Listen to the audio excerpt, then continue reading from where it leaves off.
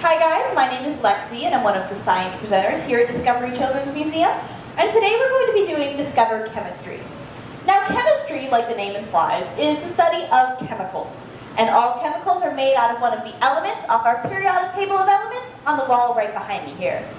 Now chemistry studies how chemicals are, what they look like and what they do, but it also studies how they interact with each other, how they cause changes or reactions. So there's two types of changes in chemistry, a physical change and a chemical change. A physical change is just a change in shape or a change in state of matter, solid, liquid, or gas. So for example, if I take this wooden stick, break it in half, I've changed its shape, but I haven't changed the fact that it's made out of wood. So this is just a physical change. But if I were to take this stick, light it on fire and let it burn for a second, we can see that the edges of that stick are now black. We've caused a chemical change because we've burned away a lot of that extra stuff in the wood. We can see it escaping as that smoke. And there's nothing but carbon left. I've changed the chemical makeup of my wooden stick right here. Now let's do a little test. Right here I have a styrofoam cup, and in this container right here I have some acetone. Let's see what happens when I add the styrofoam cup to my acetone here. And we'll use a wooden stick to push it down just a little bit more. We can see that the acetone is starting to melt my styrofoam cup. And we'll pick up a little bit of that goo there so you guys can get a closer look at it. There we go. Now at first, you might think this is a chemical change, but it's actually just a physical change. The acetone is causing the styrofoam to turn into its liquid state. If I had a mold and a little bit of air to puff into this styrofoam, I can actually remake this styrofoam cup. But because I don't have any of that equipment, we'll set the styrofoam off to the side and try out a different experiment. Now right here I have a candle on a pretty long stick. And this balloon right here. We're going to light this candle on fire and see what happens when we add a little bit of fire to this balloon here. We'll hold it up nice and high because safety is really important in science. And here we go. So that right there was a physical change. We can see that the shape of my balloon has changed because it's popped. And if we could see the molecules of gas in that balloon, we would see that they scattered all over the room. Now, the gas that we had in that balloon is helium. Helium is all the way on the right of our periodic table, and helium is a noble gas. Because it's noble, it thinks it's too good to interact with those common elements. So it's really, really hard to get helium or any other noble gas to have a chemical reaction. But now I have a balloon with a different gas inside.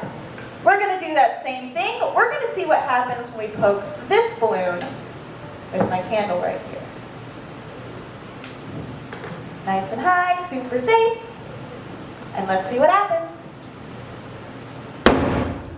Now that was a chemical reaction right there. The gas that we had inside of that balloon is hydrogen, all the way on the left of our periodic table of elements. Hydrogen is very, very, very reactive. If you give it even a little bit of energy, it's going to want to create one of those chemical reactions, like that fireball that you guys just saw there. Now within chemical reactions, there's two different kinds, endothermic and exothermic. Exo means releasing and thermic means heat. So an exothermic reaction releases heat. It feels warm when we touch it. And for endothermic, endo means pulling in and thermic again means heat. So an endothermic reaction basically sucks the heat out of your hand, making it feel cold. So we have a couple different chemical reactions we're going to try here. So in this container right here, we have yeast. And in this one, we have some hydrogen peroxide. We're going to combine these in this bag here and see what kind of chemical reaction they create. Squeeze the air out and close the bag up. And we'll give it a little shake. Now as I'm shaking this bag, I'm feeling it get a little bit warmer in my hand, so this is definitely our exothermic reaction. And you can see my bag is getting a little bit puffier.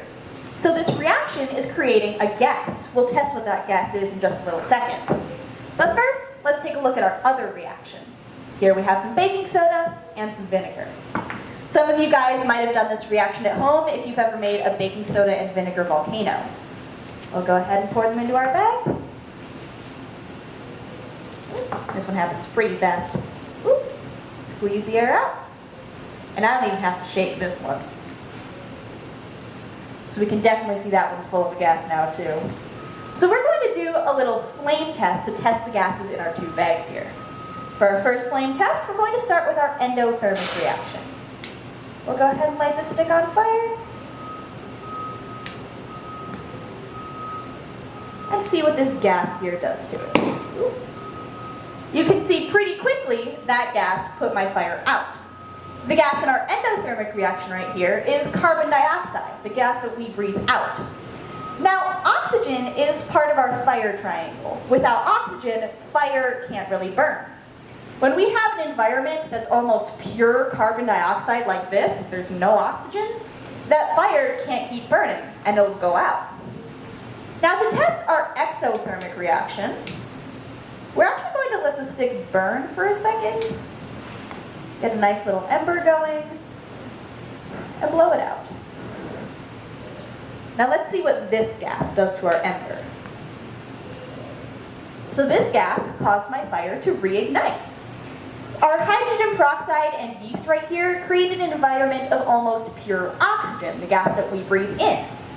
When there's a lot of oxygen in the air, the fire gets stronger. Even a tiny ember, like the one I showed you guys, can turn into a full-blown flame, just like this. Alright guys, that's all I have for you today. I hope you guys learned a lot of new things about chemicals today. Thank you so much for joining me, and have a discovery day, guys.